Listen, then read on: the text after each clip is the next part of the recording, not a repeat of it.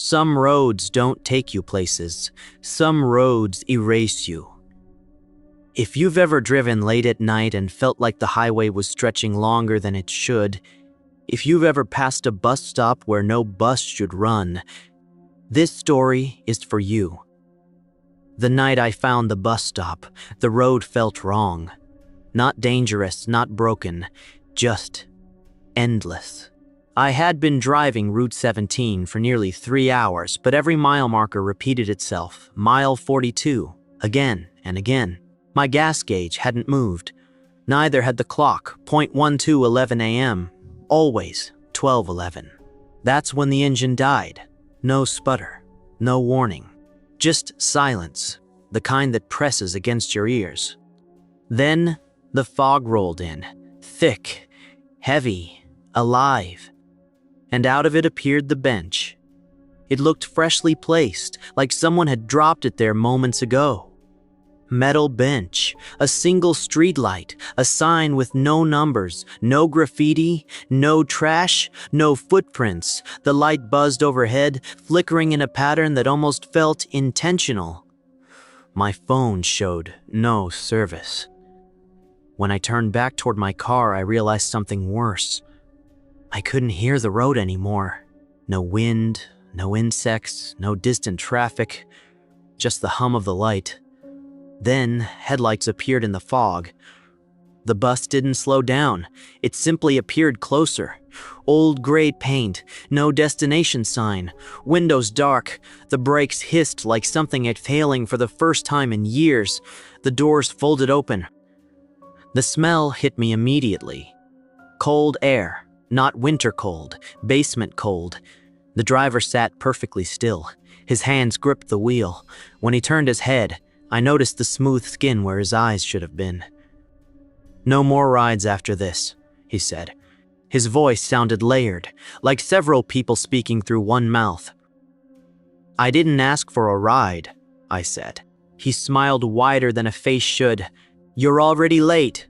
Inside the bus, every seat was occupied. Men, women, children, all sitting upright, all staring forward. Not a single one blinked. I took a step back. The doors didn't close. A woman near the front slowly turned her head. Her skin looked thin, brittle, like it had been worn too long. "Sit down," she whispered. "Before it notices." "Notices what?" She looked at the windows, then back at me.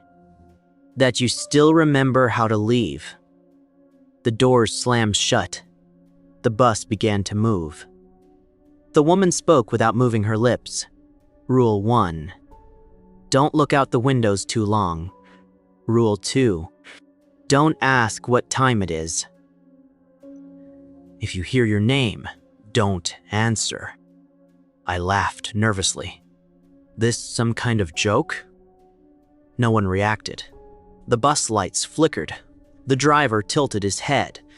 Rule 4. The woman added, "Don't stand when the bus stops." The road outside twisted. The asphalt melted into something dark and pulsing. Trees leaned inward, their branches scraping the windows. Something scraped back. The bus slowed. A stop appeared, identical to the one I had left. A man stood. He walked toward the back of the bus. A door appeared where no door had been before. It opened into darkness, wet darkness. The man hesitated, then stepped through. The door closed. His seat was empty, breathing. I caught my reflection in the window, or thought I did. My face lagged behind my movements. When I frowned, it smiled. The driver's mirror tilted toward me. In it, his face was different, layered. Multiple mouths whispering different things. "All fares are paid," they said. "With what?" I asked. The bus jolted. The woman leaned close. "Time first," she said. "Then memories." She studied me. "You still have most of yours. That won't last." Across the aisle, a man began to cry. "I missed my stop," he said. "I always miss my stop." What happens when you miss it? I asked. He looked up. There were grooves in his face, like smile lines carved too deep. You forget why you were going anywhere. The bus lights dimmed. The road outside disappeared completely. A child stood near the front. Maybe 6 years old, holding a backpack. He looked directly at me.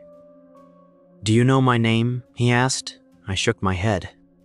He nodded sadly. They already took it. The bus stopped. The child didn't move. The driver turned his head slowly. Stand, he said. The woman grabbed my arm. Don't, she whispered. The bus exhaled. The child began to fade. More passengers stood. More doors opened. The bus felt heavier. The air thickened. I realized something horrible.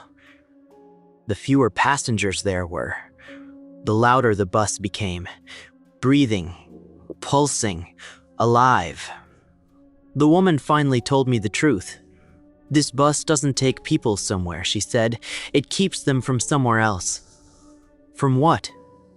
She closed her eyes. The end. She showed me her hands. They were translucent. I waited too long once. Now I ride forever. The bus slowed suddenly. The driver pointed ahead. Another stop appeared. The sign read, "Now arriving." Under it, scratched deep, "You never left." The woman let go of my arm. "This is the last chance you'll recognize," she said. The doors opened. Cold air rushed in. I ran.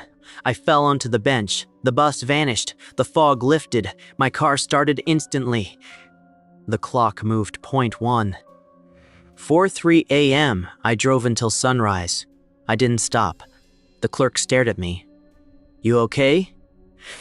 Yeah, I said. Just tired. He looked at the screen. His face went pale. You shouldn't be here. He turned it toward me. Missing person report. My face. Dated 1991. I was born in 1996. Sometimes I see it. Late at night. A bench. A flickering light. Someone sitting there. Sometimes they look up at me. Sometimes they wave.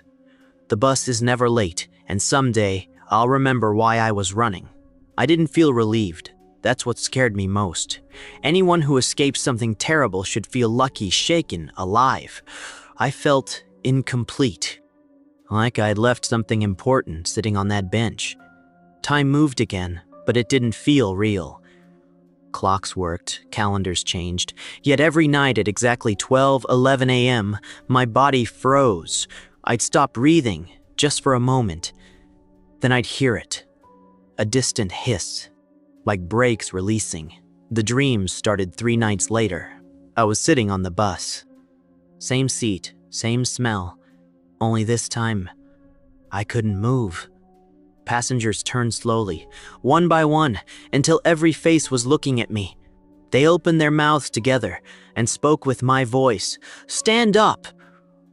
I woke up screaming. My reflection in the mirror smiled back. Just for a second too long. I started researching. Missing persons, cold cases, highway disappearances. Every report had something in common. A road trip. A breakdown, a bus stop that shouldn't exist, different states, different decades. Same description. A gray bus, no route number, no destination, and one detail that made my hands shake. Everyone who came back disappeared again. Always within a year. I found her in a forum thread buried 10 pages deep. Username? She said she remembered the bus after getting off. Most people didn't. We met in a diner near a highway interchange. She sat with her back to the wall, wouldn't look at the windows. I got off 20 years ago, she said. I wasn't supposed to. What happens now? I asked. She stirred her coffee without drinking. It waits, she said. until you forget why you're afraid. Her hands shook. I hear it breaking sometimes, she whispered in my sleep. She explained what the bus really was. Not transportation. Containment. It collects people who are about to die, she said. Accidents. Suicide. Illness. Wrong place, wrong time. So it saves them. Her laugh was hollow. Number. It delays them. The bus feeds on unfinished lives, regret, fear, hope. Every stop, she said, is someone choosing not to end yet. The driver isn't one thing, she continued. He's everyone who stayed too long. That's why the voice layered. That's why the mirror never matched.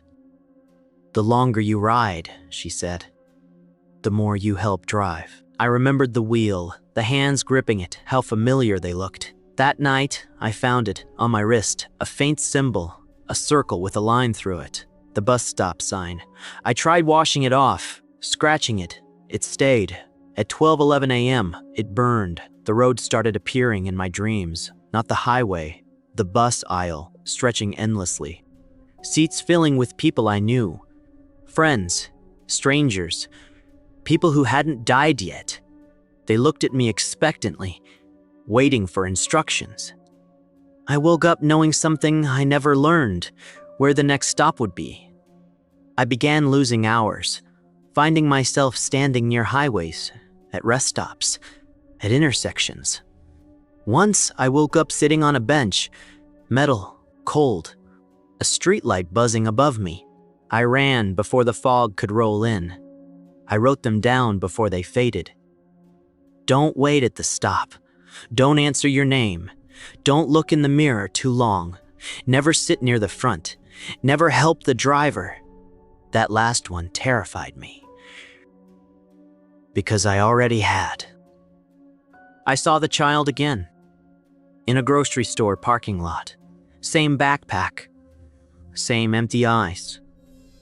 You didn't say goodbye, he said. I'm not going back, I replied. He tilted his head. You already are. The lights flickered. Then he was gone. The bus came for me 6 months later. Not on the highway, outside my apartment. The building lights went out. The street vanished, just fog. And the bench. The driver waited. This time I recognized the hands. They were mine. Inside, the bus was fuller than ever. Every seat occupied. Some faces new, some familiar. The woman from the diner sat near the front. She looked relieved. You remembered too much. That's why it came back. I walked forward. The wheel felt warm. Perfectly shaped, the bus breathed with me. There is no final stop, only rotation. Someone drives, someone rides, someone runs. The bus doesn't punish. It preserves, until there's nothing left worth preserving. If you ever see a bus stop where one shouldn't be, don't sit, don't wait, don't think. Because the moment you wonder where it goes, the bus already knows your name, and it's very patient.